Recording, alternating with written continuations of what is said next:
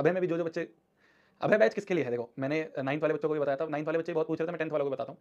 देखो आरंभ बैच क्या है? आरंभ बैच है फुल ईयर बैच, ठीक है। फुल ईयर बैच मतलब कि इसमें तुम्हें हर एक चीज इन डेप्थ पढ़ाई जाएगी, बेसिक बेसिक भी पढ़ाया जाएगा, एडवांस लेवल भी पढ़ाया जाएगा, ऐसी चीजें भी पढ़ाई जाएंगी जो शायद एग्जाम पॉइंट ऑफ व्यू से जरूरी नहीं है पर सिलेबस में, ऐसी चीजें भी पढ़ाई जाएंगी जो एग्जाम पॉइंट ऑफ व्यू से जरूरी है। तो हर एक चीज इन डेप्थ पढ़ाई जाती है। मतलब यहाँ पे अगर आपको 4 लेक्चर लिए जा रहे हैं स्टैटिस्टिक्स में, तो अभय बैच में इतने नहीं लिए जाते। अभय बैच में वो पढ़ाया जाता है जो एग्जाम्स में सबसे ज्यादा प्रोबेबिलिटी रखता है आने की, जो एग्जाम में आना होता है वो अभय बैच में पढ़ाया जाता है। तो भैया क्या आरंभ में आपने वो नहीं पढ़ाया जो एग्जाम में आना है? पढ़ाया है। आरंभ में भी हमने पढ़ाया है वो जो एग्जाम में आना है, पर उसके अलावा भी बहुत सारी चीजें पढ़ाई है। तो मतलब एक चैप्टर में हमने यहाँ पे देखा, तुमने 70 80 क्वेश्चन करे हुए हैं ट्रिग्नोमेट्री में, ट्रायंगल्स में। अभय में क्या होता है? अभय में सिर्फ आपको वो पढ़ाया जाता है जो एग्जाम में आना सबसे ज्यादा चांसेस हैं।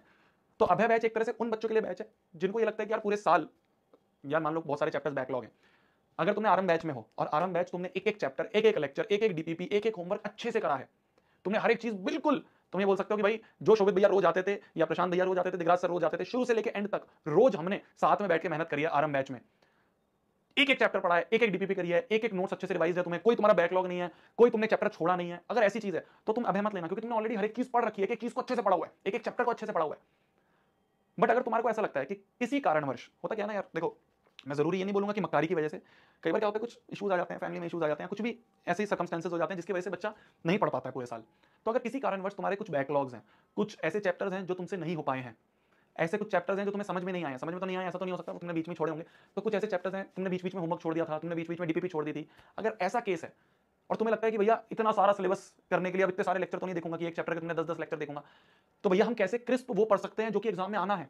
तो अगर ऐसा केस है तो तुम्हारे लिए अभय बैच है, ठीक है। तो तुम्हारे लिए अभय बैच होगा कि भाई पूरे साल भर में कुछ कुछ चीजें रह गई थी, बैकलॉग बहुत रह गए थे, उनको कवर करने के लिए अब इतना टाइम नहीं है कि ये सारे बड़े बड़े लेक्चर देखूं, तो कैसे मैं सिर्फ एग्जाम सेंट्रिक पढ़ लूं, उनके लिए अभय बैच होता है, ठीक है। उनके लिए अभय बैच होता है कि भाई एंड में हर एक चीज तुम्हारी रिवाइज हो जाए, जो एग्जाम में आने वाला है सिर्फ वो रिवाइज हो। इसमें तो क्या है, हम वो भी पढ़ाते हैं जो एग्जाम में आ रहा है, वो भी पढ़ाते हैं जो बेसिक है, हम वो भी पढ़ाते हैं जो शायद एग्जाम में नहीं आ रहा है, बहुत हाई लेवल क्वेश्चन भी करवाते हैं। अभय में ऐसे नहीं करवाते। अभय में जो अभय का जो कंटेंट बनता है, अभय के जो लेक्चर्स बनते हैं, अभय की जो स्लाइड्स बनती है, अभय के जो क्वेश्चंस होते हैं, वो सारे वो सिलेक्टेड क्वेश्चंस होते हैं जो हमें पता है कि एग्जाम्स में आने हैं, वो हम करवाते हैं अभय बैच में, है ना। तो उन बच्चों के लिए होता है जिनका बैकलॉग बचे हुए हैं, जिन्होंने देखा है कि यार मैंने पूरे साल भर इतना अच्छा इनपुट नहीं दिया, अपना मैक्सिमम नहीं दिया, अब मैं आखिरी में क्या एक चीज यूज कर सकता हूं, कोई एक ऐसा व्यक्ति मिल जाए, कोई ऐसे लोग मिल जाए जो बिल्कुल एंड पॉइंट पे हमें आके, वो अभय बैच काम करता है।